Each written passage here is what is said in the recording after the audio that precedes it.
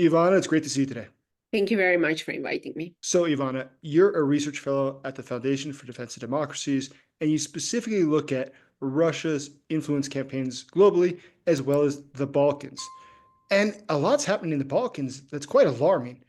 Do you see signs that there could be yet another war in Europe? I cannot tell you whether there is going to be another war like the one that we see in Ukraine, but what I do see is the continuation of escalations in the region. As a matter of fact, our intelligence, the US intelligence, last year warned about potential escalations in the region. Just a few weeks ago, the UK government warned about Putin's games in the Balkans. It's needless to say also what I see on the ground, because on one side, we see massive protests in Serbia and Russia's handed it. The second thing that I see is secessionist threats in Bosnia and Herzegovina. And the third thing that I see is also the recent meeting between Vladimir Putin and Patriarch Kirill and the Serbian Patriarch, which tells you all you need to know about the role the church plays to stalk more divisions and problems. Now, Jason, the real question is, why would Russia care about the Balkans? Putin couldn't care less about taking another piece of territory. What Putin cares about is that right now there are negotiations between Russia, the US, and Ukraine towards ceasefire, and Putin needs a distraction, and the Balkans is his favorite place where he can always escalate and hope for a conflict in the region so he can portray himself as a mediator and tell the West, if you do not want to any conflict to spiral further in the Balkans, you will have to negotiate with me. And Putin doesn't really have to send tanks and jets in any of those countries in the Western Balkans, because Russian intelligence has always played a very important role. Putin has his own proxies over there. There are enough weapons in the region. And think also about this. One of the key things that Putin wants to show right now is that NATO and the EU are paper tigers. We have countries such as Montenegro and North Macedonia that are NATO member states. And we also have NATO peacekeepers that are stationed in Kosovo, but we also have NATO's involvement in Bosnia and Herzegovina, as well as EU forces. And that's precisely a dream come true for Vladimir Putin to test those institutions as well as the alliance, and to show that the EU and NATO are paper tigers. And when you start really connecting the dots, also there are elections in Moldova, and Putin is in full force over there. So we have to really start connecting the dots, what's happening in Georgia, in Moldova, and the Western Balkans.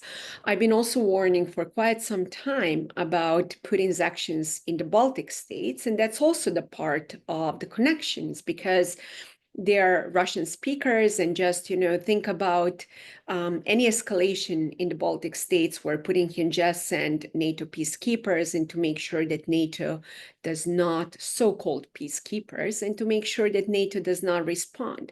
And if you think that this is some random warmongering, actually it's not. Let me remind you that in 2023, Serbian protesters attacked NATO peacekeepers in Kosovo. 90 NATO peacekeepers, I will repeat, 90 NATO peacekeepers were injured. What did NATO do? Nothing. They issued one of those pathetic Twitter statements how gravely concerned they are.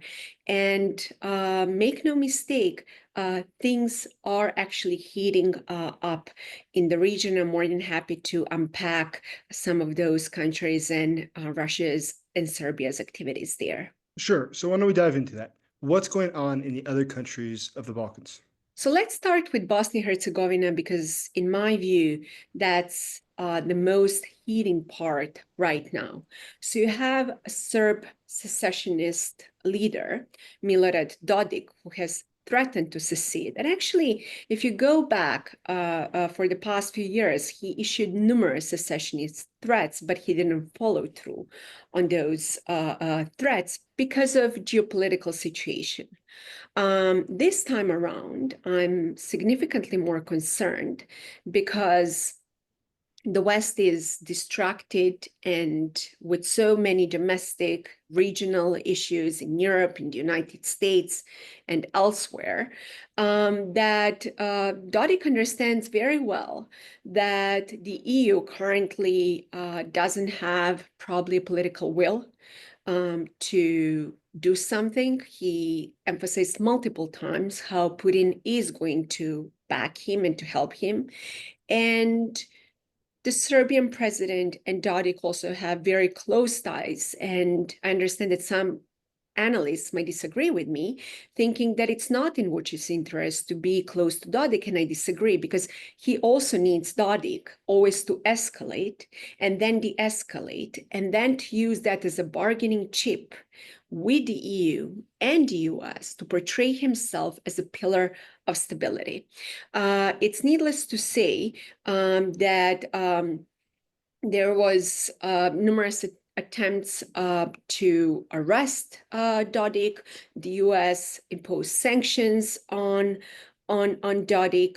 Hopefully the EU will follow the suit, but the High Representative Schmidt in Bosnia and Herzegovina is one other person that is going to be challenged by Russia, basically making sure that he doesn't follow through on his promises. So the real question, Jason, is why should the West actually care about such a tiny country?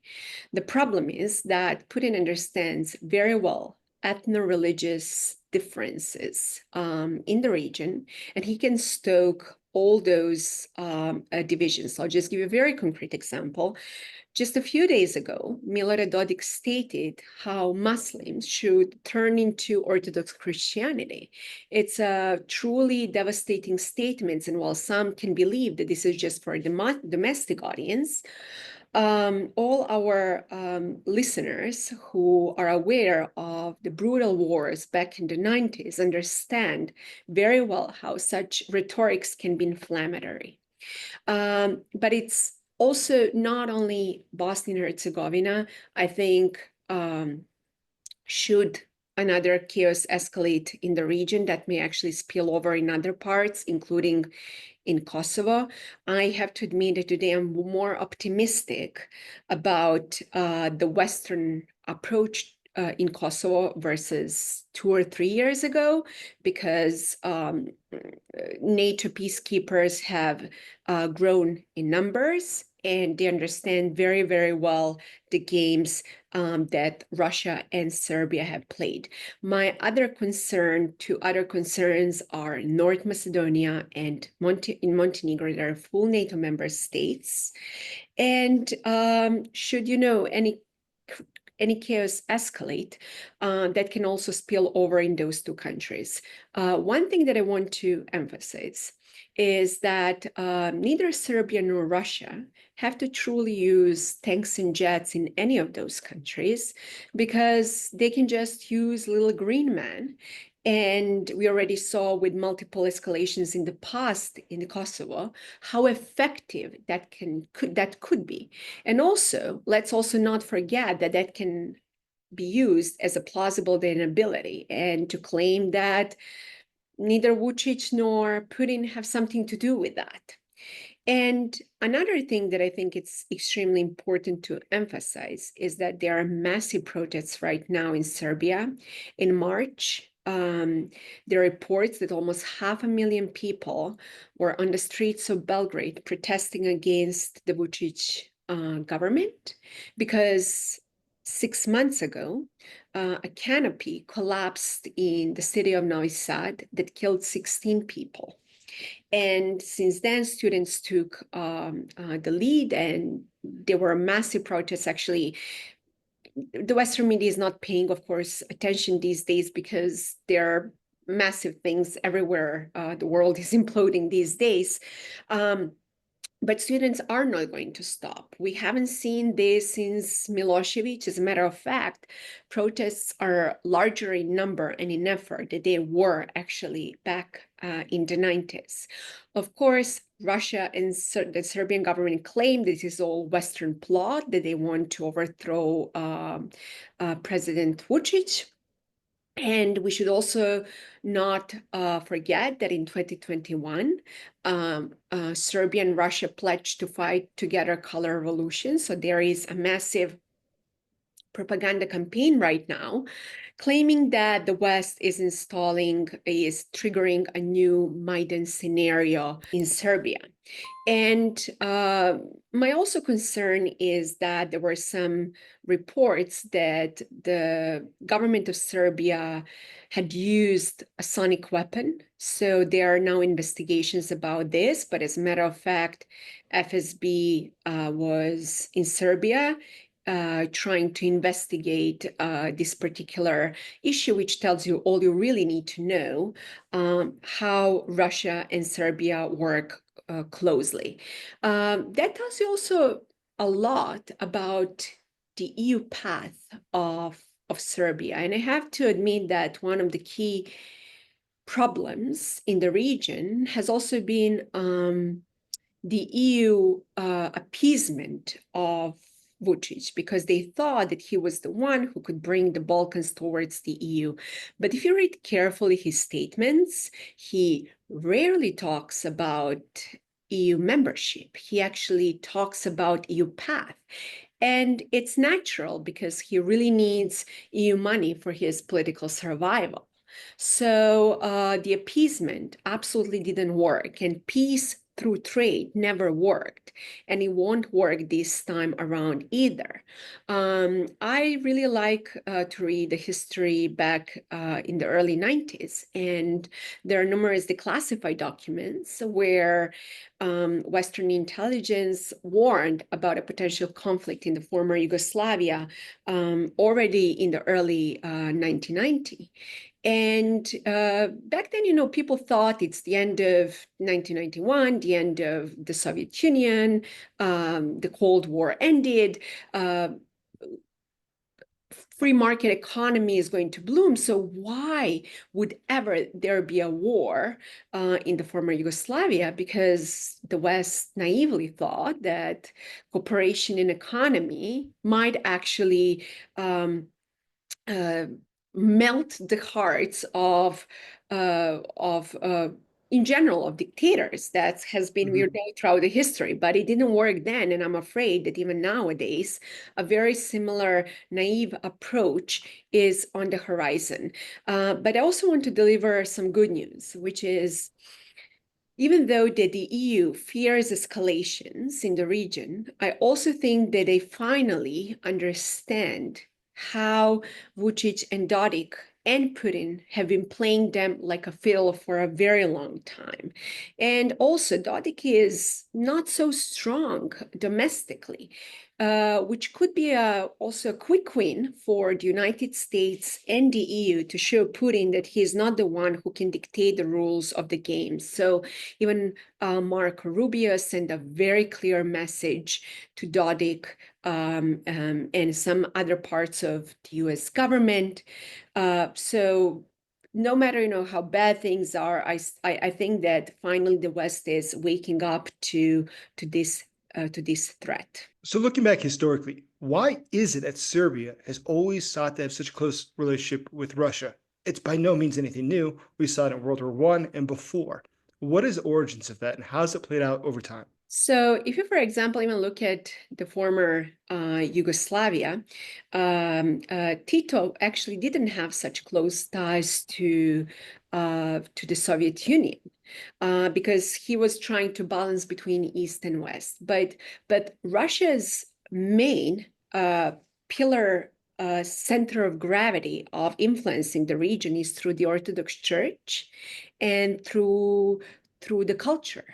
And when you, for example, take a look at how Russia has employed propaganda, look, nowadays it's so popular to talk about Russian propaganda, but all of us who have been following Russian propaganda for a very long time, Putin has been on this path for more than 10 years, because who has information superiority is going to win this war. And that propaganda didn't, of course, come only from Russia by opening RT and Sputnik. And by funneling all those anti-Western sentiments, it also, of course, comes from the Serbian government that believes in Russia's values ideologically. They believe in the Serbian world, which is equivalent to the Russian world, that all Serbs should live under the same cultural framework. So unfortunately, nowadays, there are even a lot of youngsters in the country that believe in those nationalistic sentiments. And you know what's really funny? That just like in so many dictatorships, all those dictators, they love to undermine the West. Meanwhile, they enjoy their yachts and their luxury life and holidays in the West. So a very similar thing is in Serbia. So I really hope that the next government will be more pro-Western, and that they will be more open to allow like a free flow on information. And I remember early February, basically when Russia launched a full-scale invasion, Serbian government launched multiple propaganda campaigns. I remember there was a cover page basically claiming how Ukraine attacked Russia.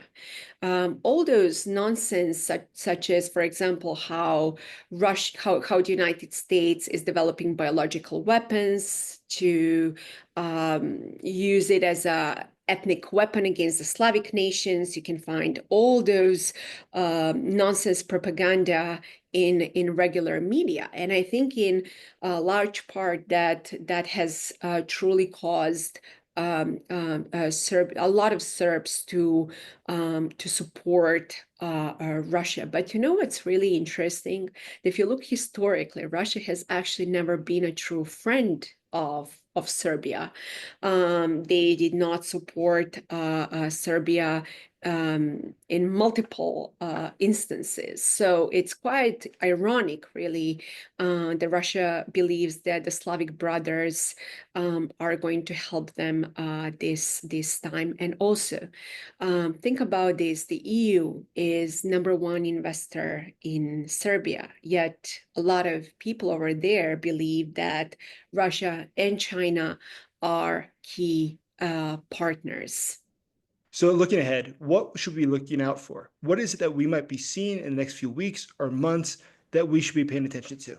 I do not have a crystal ball to tell you what will happen, but I can tell you that the very first fact the Western governments are warning about a potential escalation in the region, we should be paying attention to the Western Balkans.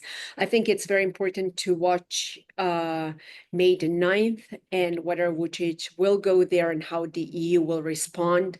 I think it's very important to monitor whether Milorad Dodik might follow through on his secessionist threats and all other bilateral support that he has received from Russia. And of course, #1 thing is we also have to watch how the ceasefire negotiations are going to progress between Ukraine and Russia, because if Russia is in a position to dictate rules of the games, make no mistake, they are not going to stop.